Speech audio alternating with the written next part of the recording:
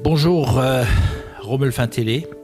Aujourd'hui, j'ai le plaisir d'accueillir dans nos studios un jeune homme de 25 ans. Son nom, c'est Renaud Bartila. Il a commencé à être connu dans la région lorsque l'histoire de Paul a été révélée au grand public par un article d'ailleurs du Républicain Lorrain. Paul est une cloche de la cathédrale de Metz, et j'ai demandé à Renaud de nous raconter l'histoire de Paul. Parce que une cloche dans un village, dans une ville, dans une église, dans une cathédrale notamment, est toujours un signe de rassemblement. Ça a été dans le temps le moyen d'alerter la population, de la prévenir de l'imminence d'une messe, d'un office, mais également de prévenir des catastrophes qui pouvaient survenir. Et nous nous souvenons tous à Romelfin, Renaud, et dans tous les villages de France que le 11 novembre 1918, toutes les cloches ont sonné à l'unisson. Et c'était un moment que nous avons d'ailleurs célébré le 11 novembre 2018 en faisant sonner pendant 11 minutes les cloches à Romelfin.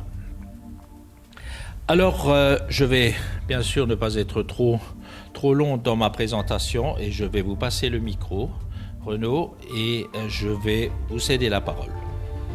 Bien, alors cette cloche a voyagé jusqu'à Metz. Comment est-ce que ce projet d'implantation de cloches a été accepté par l'évêché à Metz?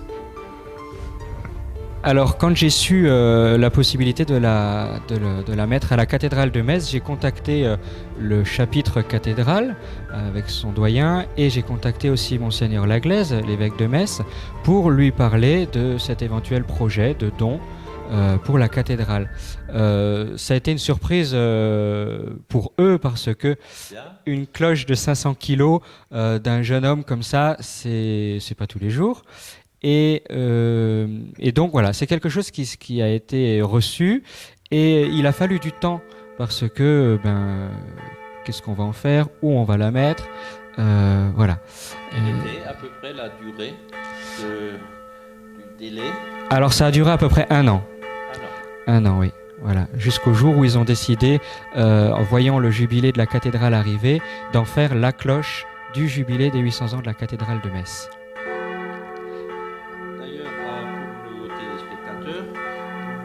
Derrière nous défiler des images de cette cloche que vous verrez tout à l'heure un tout petit peu plus de plus près.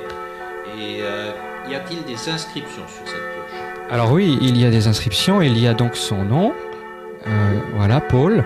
Il y a la phrase qui dit le 26 décembre 2019, j'ai été béni par Monseigneur Jean-Christophe Laglaise, évêque de Metz, à l'occasion des 800 ans de la cathédrale, mon donateur et parrain, Renaud Bartila, en l'occurrence. Alors maintenant, nous allons rentrer un tout petit peu dans la partie technique du son des cloches. Romelfin, par exemple, qu'est-ce que ça a comme son?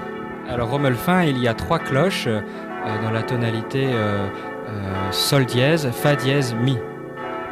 Voilà, alors ça c'est pour les connaisseurs. Moi j'avoue que je suis un tout petit peu perdu dans ces sons. Et Paul, qu'est-ce qu'elle a comme son? Alors Paul, elle a le son do dièse 4, c'est-à-dire de la 4e octave. Ça c'est encore pire que les sons des cloches de Romelfin, mais c'est sûr que c'est quelque chose de très important. Et elle complète donc les autres cloches de la cathédrale. Tout à fait, oui. Les cloches de la cathédrale, donc il y a 5 cloches actuellement, donc 5 cloches de la plus petite à la plus grande, donc La, Fa dièse, Mi, Do dièse, La. Voilà. Et donc elle complétera par un Do dièse aigu. Paul appelle les fidèles à l'office?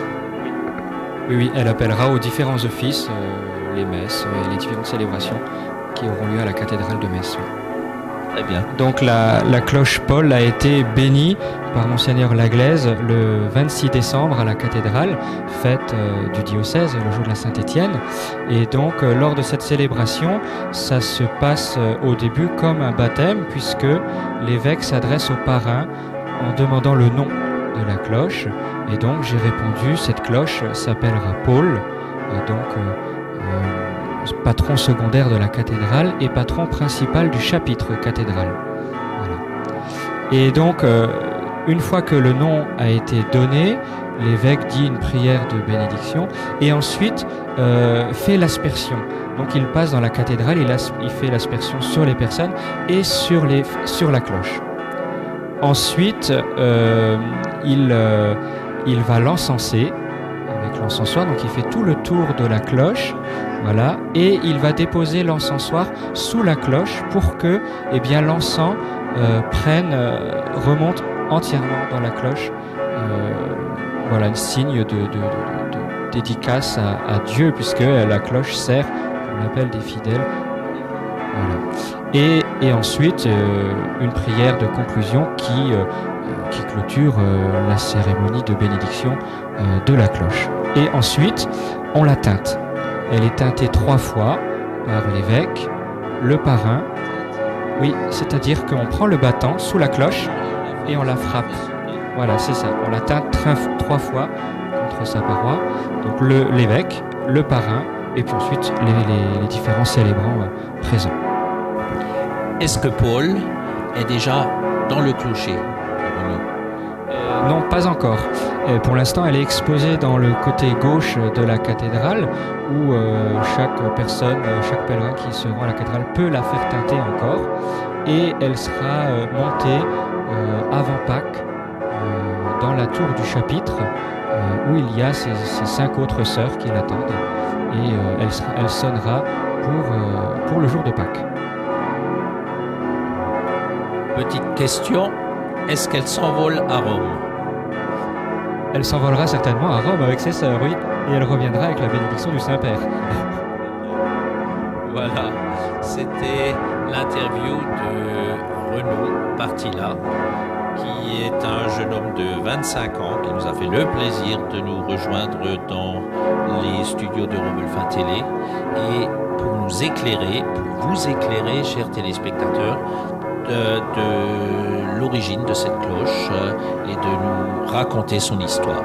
C'est un parcours singulier, il faut le dire. C'est pas très fréquent, mais c'est beau. Merci Renaud et bonne continuation à vous.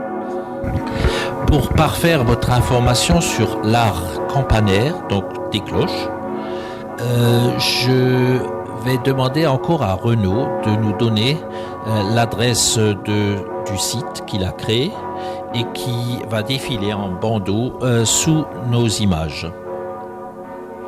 Et oui, j'ai une chaîne YouTube où les cloches de notre secteur, du secteur Fénétrange, mais aussi de Sarrebourg et autres lieux, puisque là où je passe et qu'une cloche sonne, je m'arme de mon téléphone pour les enregistrer. Et donc, j'ai une chaîne YouTube qui s'intitule comme ceci, Campane, CAMPANE 57. Voilà. D'accord. Bon, donc rendez-vous sur la chaîne YouTube de Renaud Partila.